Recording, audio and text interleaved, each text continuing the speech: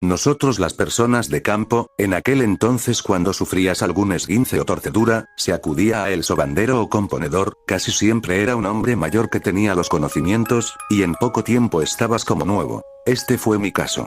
En una caída tuve un esguince en mi mano derecha, así que mi padre me recomendó subir a la casa de don Tulio. Él podía resolver esto con unos 4 masajes, muy dolorosos, pero aunque con temor de ir, sabía que este era el único remedio. Para subir a la casa de don Tulio había carretera, en un camino que cruzaba el bosque y hacía que fuera más corto para llegar.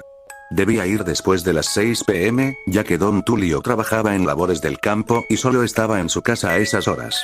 Llegué con temor por el dolor que iba a sentir. Efectivamente fue un dolor espantoso, pero don Tulio me dijo que no era grave y pronto estaría bien. Después de que me masajeara, me invitaron a comer, así que ya de noche, cuando pretendía retomar mi camino a casa, don Tulio me prestó una lámpara de baterías. Yo no tuve la precaución de llevar la mía. La casa de don Tulio quedaba en un alto. Después de bajar la pendiente en medio del bosque había un pequeño arroyo, tan pequeño que se cruzaba, saltando por unas pequeñas piedras que habían en medio del agua. Después de cruzarlo, tomabas camino a otro alto que me llevaría a mi casa. Cuando llegué al arroyo, no se veía nada. La oscuridad lo cubría todo, aunque no había llovido en el firmamento no se veía ni la luna, ni las estrellas. Cruzando el arroyo, sentí unos pasos en el agua. No sé el por qué, pero mi cerebro me dijo que eran pasos de niño. Dirigí la luz de mi lámpara al lugar de donde provenía el ruido. Allí no había nadie, ya no solo eran los pasos sobre el agua, a estos los acompañaba el llanto de un niño. Ya no había duda, era un niño. Pero ¿dónde estaba yo? No podía ver nada. Cubrí con la luz hasta donde alcanzaba mi vista, pero estaba completamente solo. Apuré el paso para cruzar pronto el arroyo. Tras de mí sentí los inconfundibles pasos de un caballo que también pisaba en el agua. Volví mi mirada y la luz, pensando que tal vez alguien venía, pero como los ruidos anteriores, allí no había nadie. Corrí a mi casa. Aquello era algo fuera de lo común. Al día siguiente debía subir en la tarde de nuevo a don Tulio, pero con la experiencia de la noche anterior opté por subir por la carretera, así fuera un poco más lejos.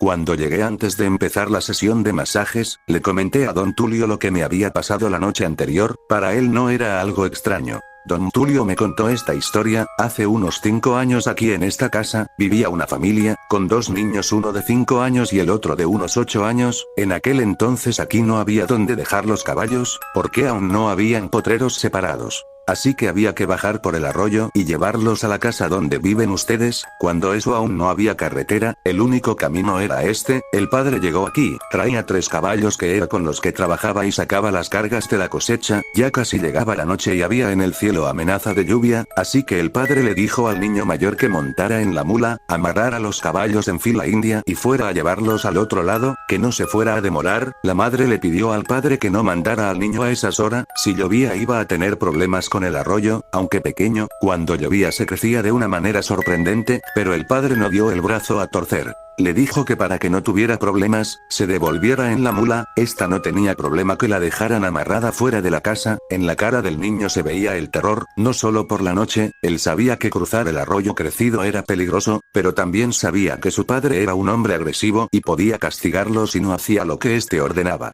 El niño llegó a la otra casa pasada las 7 de la noche. Ya no era amenaza de lluvia, era un torrencial aguacero. La pareja que vivía allí le dijeron que no se fuera para su casa así. Le pidieron amanecer allí y madrugarse al día siguiente, pero el niño dijo que no podía. Su padre le había dicho que no se demorara.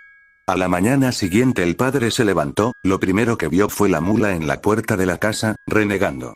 Le dijo a su esposa que iría a la otra casa a traer al hijo. Este se había quedado allá y quién sabe dónde amarró la mula y esta volvió sola a casa. Pero cuando el padre llegó a la otra casa, le dijeron que el niño se había ido en la noche. Todos pensaron lo peor, más aún que el arroyo había echado una borrasca la noche anterior. 3 días pasaron buscando el niño río abajo, muy retirado del paso del arroyo. Cuando pudieron encontrarlo, su cadáver estaba destrozado. No solo por los golpes que recibió por la borrasca que lo arrastró, también por los animales de carroña que ya habían hecho su trabajo. Los padres enterraron los despojos y pronto se marcharon de la región. El dolor por aquella pérdida no los dejaba vivir en paz. Al irse buscaron la mula, pero esta se había perdido y nunca la encontraron. Desde aquel día que los padres se fueron, en el arroyo, en noches oscuras, se escucha el llanto y el caminar del niño en el agua. Muchos como tú aseguran también escuchar los pasos de la mula. Algunos creen que el animal sigue buscando al niño. Cuando terminó de contar la historia, sentí un frío en la piel, en verdad me encontré con el fantasma del niño, el cual murió por cumplir las órdenes de su padre.